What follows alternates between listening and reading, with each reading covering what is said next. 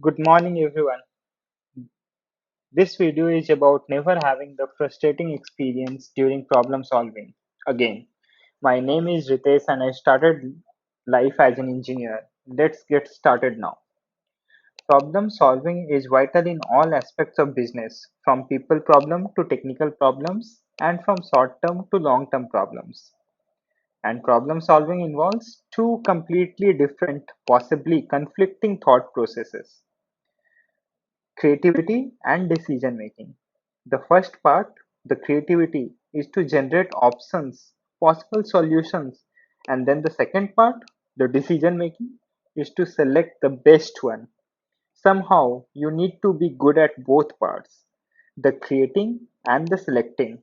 And here as well, we will see part of the trick is to use both parts of your brain for both of the stages.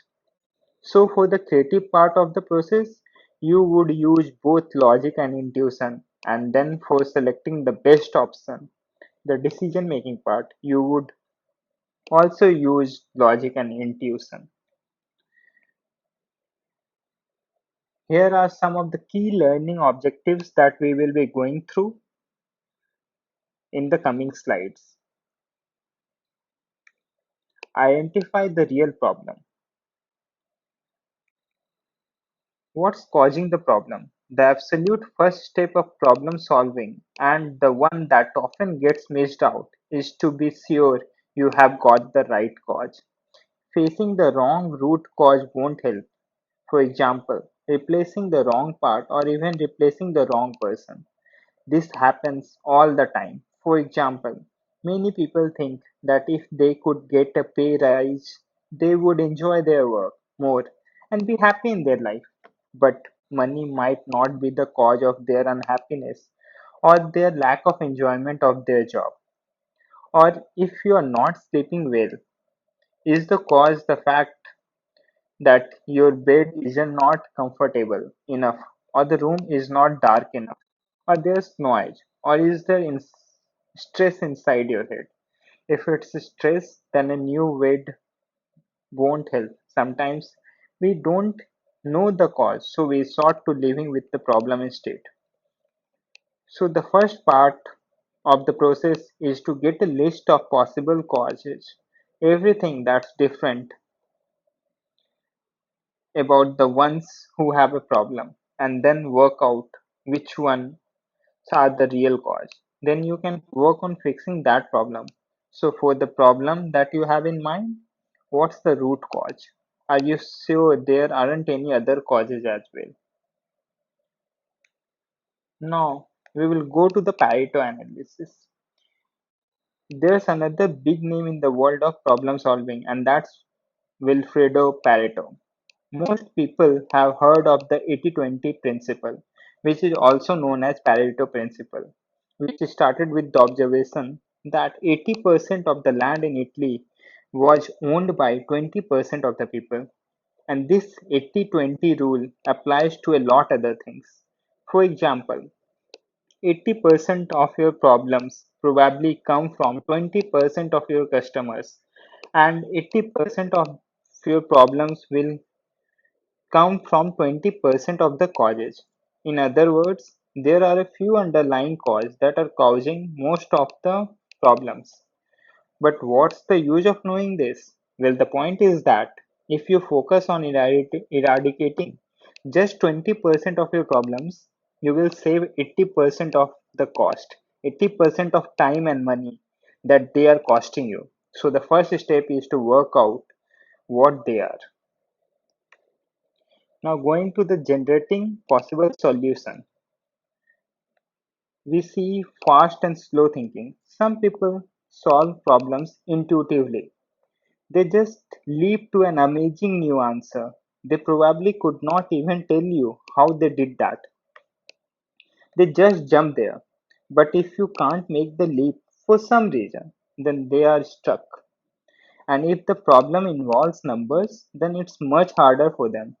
Other people use the logical side of their brain much more. They like to slowly nibble away at the problem until they have solved all of it.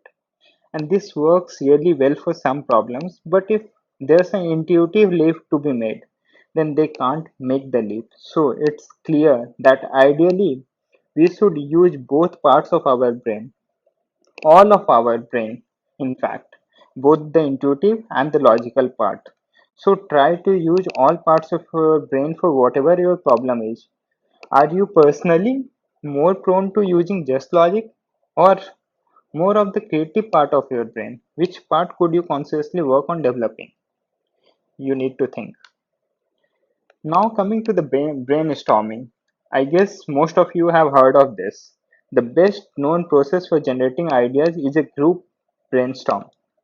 Everyone coming up with ideas written up on a board with no judging, no criticizing allowed. And then later, you go through them and assess which ones are best. Enjoy your brainstorm from now on. Now, the third thing that we are going to uncover is boosting creativity.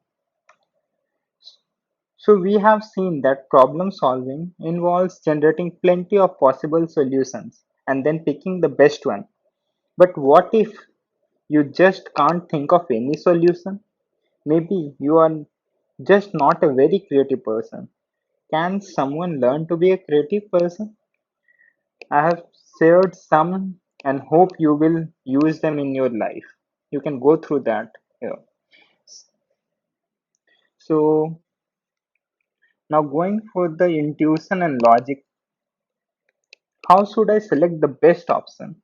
Well, at first, there is logic versus gut.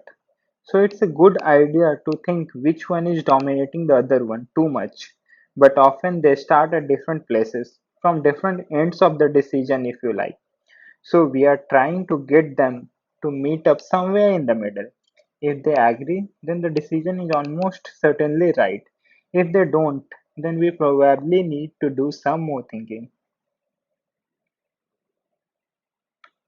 Selecting the best solution. I guess you have heard of the rating charts. This method is good for helping you to think and making you face up to the thought process. Would it be interesting to try it on a decision that you currently have in pipeline? Put some scores on there and see what comes out. But remember, always compare it with your gut feeling as well. Finally, solution. Finally, you have a number of options for how to solve a problem and you are choosing between them. Always consider the implementation as well as the solution itself. Maybe the solution that's best is going to be really hard to implement. This should be included in the factors and often gets forgotten. If you like this video, please like, comment and share this video. Thank you.